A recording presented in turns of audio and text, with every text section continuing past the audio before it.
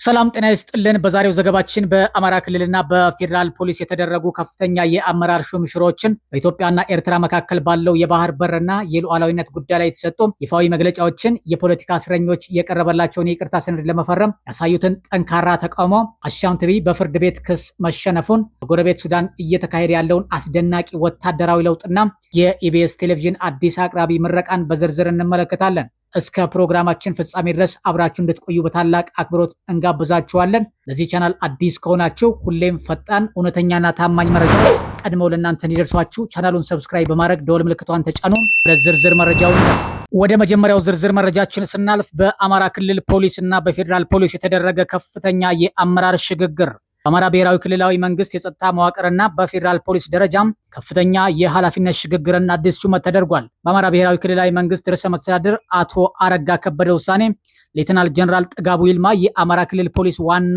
ጠቅላይ መምሪያ አዛዥ ሆነው ተሾመዋል። ይህን አዲስ ሹመት የክልሉ ፖሊስ ያረጋገጠ ሲሆን አዲሱ አዛዥ የክልሉን የጸጥታ መዋቅር በኃላፊነት የሚመሩ ይሆናል። በሌላ በኩል ከፌዴራል ፖሊስ ተወስደው ለአማራ ክልል ፖሊስ ዋና ጠቅላይ መምሪያ አዛዥ ሆነው ሲያገለግሉ የቆዩት ኮሚሽነር ጀነራል ዘላለም መንግስቴ ወደ የቀድሞ መስሪያ ቤታቸው ተመልሰዋል። ኮሚሽነር ጀነራል ዘላለም ወደ ፌዴራል ፖሊስ ከተመለሱ በኋላ ኢትዮጵያ ፌዴራል ፖሊስ ምክትል ኮሚሽነር ሆነው መሾማቸው ተረጋግጧል። ይህ ሽግግር በክልሉና በፌዴራል ደረጃ ያለውን የጸጥታ አደረጃጀት የበለጠ ለማጠናከር ያለመ መሆኑ ተገልጿል።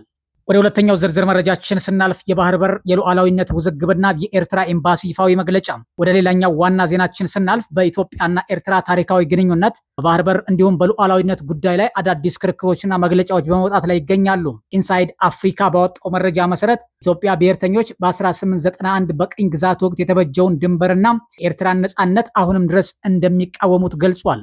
እንደ ዘገባው ገለጻም የቅኝ ግዛት ወሰን ክፍፍል ኢትዮጵያን ከታሪካዊ መሬቷም ህብረቷና ከማህበረሰቧ የለያት በመሆኑ ይህ በደል በቀላሉ ከታሪክ ማህደር ሊሰረዝ አይችልም የሚል እምነት በወገኖቹ ዘንድ አለም። በተቃራኒው በዋሽንግተን ዲሲ የሚገኘው የኤርትራ ኤምባሲ ባወጣው ይፋዊ መግለጫ ኤርትራም ሆነ የየትኛውም የአፍሪካ አገር ሉዓላዊነት በፍጹም ለድርድር እንደማይቀርብ አስታውቋል። ኤምባሲው ዘ ናሽናል እና ፎሬን ፖሊሲ በተባሉ የውጭ መጽሔቶች የቀረቡ ጽሑፎችን በመቃወም የኢትዮጵያን የባህር በር ጥያቄ ህጋዊ ለማስመሰል የሚደረጉ የታሪክ ማዞሪያዎችን ነቅፏል። መግለጫው ላይ እንደተጠቀሰው የንግድ ወደብ ፍላጎት፣ የህዝብ ብዛት ወይም የጂኦግራፊያዊ አቀማመጥ የዓለም አቀፍ ድንበሮችን ለመጣስ ወይም የሌላ ሀገር ሉዓላዊነት ለመጋፋት ህጋዊ ምክንያት ሊሆኑ አይችሉም። የባህር በር የሌላቸው ሀገራት በስምምነት የጎረቤቶቻቸውን ወደብ መጠቀም እንደሚችሉ የጠቆመው መግለጫው የንግድ ፍላጎት የትብብር እንጂ የመሬት ባለቤትነት መብትን እንደማያጎናጽፍ አብራርቷል። በተጨማሪም ኤርትራ በ1890 የራሷን ዘመናዊ ድንበር ያበጀች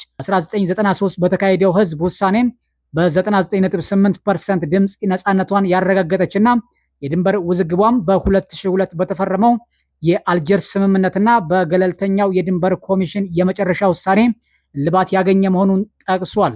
ኤርትራ ከግብፅ፣ ሶማሊያ፣ ሳውዲ አረቢያ፣ አረብ ኤሚሬትስና አሜሪካ ጋር ያላት ግንኙነት የቀይ ባህር አካባቢ የደህንነትና የኢንቨስትመንት ትብብር እንጂ ኢትዮጵያን ለማግለል የታለመ አለመሆኑንም አብራርቷል። በሶስተኛው መረጃችን የፖለቲካ እስረኞች የቀረበላቸውን የይቅርታ ሰነድ ለመፈረም ያሳዩት ጠንካራ ተቃውሞ በአማራ ክልል ከተቀሰቀሰው ግጭት ጋር በተያያዘ በማረሚያ ቤት የሚገኙ በርካታ የፖለቲካ እስረኞች መንግስት የቀረበላቸውን የይቅርታ ሰነድ አንፈርምም በማለት ጠንካራ ተቃውሞ ማቅረባቸው ተገልጿል። መንግስት በመጪው አዲስ ዓመት ከ1300 በላይ ሰዎችን በይቅርታ ለማስፈታት አቅዶ ይቅርታ ደብዳቤ እያስፈረመ እንደሚገኝ ታውቋል። ሆኖም ግን መንግስት የፖለቲካ ታሳሪዎችን ከ6 ዓመታት በፊት ማይካድራ ከተፈጸመው የጅምላ ጭፍጨፋ ጋር በተያያዘ ሰብአዊ ፍጡር ላይ በሚፈጸም ወንጀል የተከሰሱና ከተፈረደባቸው አካላት ጋር በአንድ ላይ አደባልቆ በይቅርታ ለመፍታት ማቀዱ ታሳሪዎችን አበሳጭቷል። ታሳሪዎቹ በሰጡት ምላሽ እጅግ ዘግናኝ የሆነ ግድያና ጭፍጨፋ ፈጽመው ፍርድ ካገኙ ግለሰቦች ጋር እኩል በማሰለፍ በህዝብ ዘንድ በተመሳሳይ እይታ እንድንታይና የወንጀል ተካፋይ ተደርገን እንድንቆጠር ታስቦ የተሸረበ ሴራ ነው ሲሉ አውግዘውታል። የቀረበላቸውን ሰነድ ለመፈረም ፈቃደኛ ካልሆኑት 30 ገደማ ታዋቂ የፖለቲካ እስረኞች መካከል አቶ ክርስቲያን ታደለ፣ አቶ ዮሐንስ ቦያለው፣ ዶክተር ወንደሰን አስፋው፣ ዶክተር ሲሳይ አወቀ፣ መስከረም አበራ፣ ጋዜጠኛ ጎበዜ ሲሳይና ጋዜጠኛ ዳዊት በጋሻው ይገኙበታል። ለመፈረም በቀረበው ሰነድ ላይ በአማራ ክልል ጽንፈኛው ቡድን በሚያደርገው ትግል ላይ መሳተፌ ስህተት መሆኑን አምኜ መንግስትንና ህዝብን ይቅርታ ጠይቃለሁ የሚል ቃል የተካተተ ሲሆን ይህንን አንቀጽ ለመቀበል ፈቃደኛ ያልሆኑት እስረኞች ላይ በአሁኑ ወቅት የማረሚያ ቤቱ ጥብቅ ፍተሻና ከወትሮ የተለየ ከባድ አያያዝ እየተደረገባቸው እንደሚገኝ ተገልጿል። በሌላ ዜናችን አሻም ቲቪ በሰራተኞቹ በቀረበበት የደሞዝ ክስ በ3 ደረጃ ፍርድ ቤቶች ተረታ። በሀገር ውስጥ የሚዲያ ዘርፍ ሌላኛው ትኩስ መረጃ ደግሞ የአሻም ቲቪ ውሳኔ ነው። አሻም ሚዲያ ትሬዲንግ የሰራተኞቹን የ4 ወር ያልተከፈለ ደሞዝ ሳይከፍል ተቋሙን መዝጋቱን ተከትሎ የቀድሞ ሰራተኞቹ ያቀረቡበትን ክስ ተከትሎ ፍርድ ቤት የሰራተኞቹን አሸናፊነት የሚያረጋግጥ ውሳኔ አስተላልፏል። ሰራተኞቹ መብታቸውን ለማስከበር ላለፉት 6 ወራት በህግ ሲታገሉ የቆዩ ሲሆን ፍርድ ቤቱ ባሳለፈው ውሳኔ መሰረት ተቋሙ ለሰራተኞች ያልከፈላቸውን ደሞዝና ተያያዥ ጥቅማ ጥቅሞችን እንዲከፍል የሚያስገድድ ውሳኔ ወስኗል። ይህ ውሳኔ በሚዲያ ዘርፍ ውስጥ ለሚሰሩ ባለሙያዎችና ሰራተኞች መብትና ጥቅም መከበር ትልቅ ማሳያ ሲሆን ተቋማት የፋይናንስ ፈተና ቢገጥማቸው እንኳ ህጋዊና የውል ግዴታቸውን መወጣት እንዳለባቸው ግልጽ መልእክት አስተላልፏል። በአምስተኛው ዜናችን በሱዳን የጀነራል አልቡርሃን ጦር ሽንፈትና ቀጠናዊ ፖለቲካ ውጥረት፣ በጎረቤት ሱዳን በኩል ደግሞ የጦርነቱ አቅጣጫ ሙሉ በሙሉ በመቀየር ላይ ይገኛል። በጀነራል አልቡርሃን የሚመራው የሱዳን የመንግስት ጦር በውጊያ ቀጠናዎች ላይ ከፍተኛ ሽንፈት አስተናግዶ ማቅ ማድረጉ ተሰምቷል። ተቃዋሚ ኃይሎች ስትራቴጂካዊዋን የኩርሙክ ከተማ ሙሉ በሙሉ ከተቆጣጠሩ በኋላ ወታደራዊ እንቅስቃሴያቸውን ወደ መደማ በማዞር ወደ ዋናው ከተማ በመጠጋት ላይ ናቸው።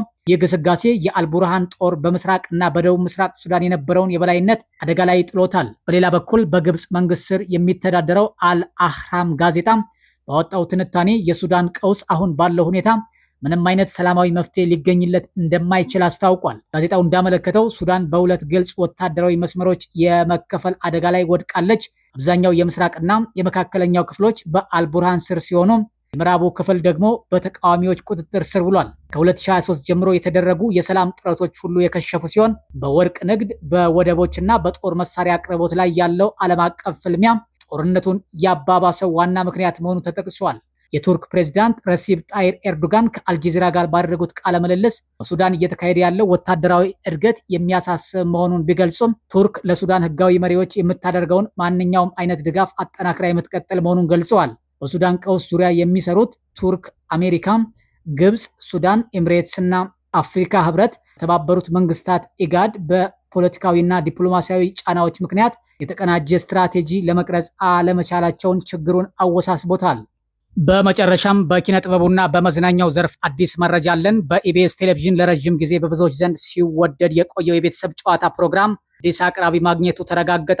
የቀድሞውን አቅራቢ አርቲስት ነጻነት ወርቅነህ ከዚህ ዓለም በሞት ማጣታችንን ተከትሎ በእጩ አርቲስቶች መካከል የስቱዲዮ ብቃትና የተመልካቾች የኤስኤምኤስ ድምፅ አሰጣጥ ውድድር ሲካሄድ ቆይቷል። በተደረገው የድምፅ ቆጠራም ኮሜዲያን ያሲኖ ከመጨረሻዎቹ 4 እጩዎች መካከል ከፍተኛ የድምፅ ልዩነት አሸንፎ ፕሮግራሙን በዋና አዘጋጅነት የመምራት ኃላፊነቱን ተረክቧል። ውጤቱ ይፋ ከተደረገ በኋላ አስተያየቱን የሰጠው ኮሜዲያን ያሲኖ ያለፈበትን አስቸጋሪ የህይወት ጉዞ በማስታወስ ለተመልካቾች ምስጋናውን አቅርቧል። ያሲኖ ለ7 ዓመታት ያህል በመስተንግዶና በታክሲ ረዳትነት ሲሰራ እንደነበረ እንዲሁም የራሱ ሞባይል ስልክ እንኳ ሳይኖረው በሰው ስልክ ቪዲዮዎችን እየቀረጸ የቲክቶክ ተከታዮቹን ከ1 ሚሊዮን በላይ ማድረስ እንደቻለ ገልጿል። አዲሱ አዘጋጅ ያሲኖ አርቲስት ነጻነት ወርቅነህን አደራ በመረከብ ፕሮግራሙን አዝናኝና ሳቢ አድርጎ ለማቅረብ መዘጋጀቱን ተናግሯል። በሌላ በኩል ኢቢኤስ ቴሌቪዥን የቤተሰብ ጨዋታ ዝግጅት የሚቀርብበትን ስቱዲዮ ሙሉ በሙሉ አዲስና ውብ በሆነ የውስጥ ዲዛይን በማደስ ለቀጣዩ ምዕራፍ ዝግጁ ማድረጉን ታውቋል። ውድ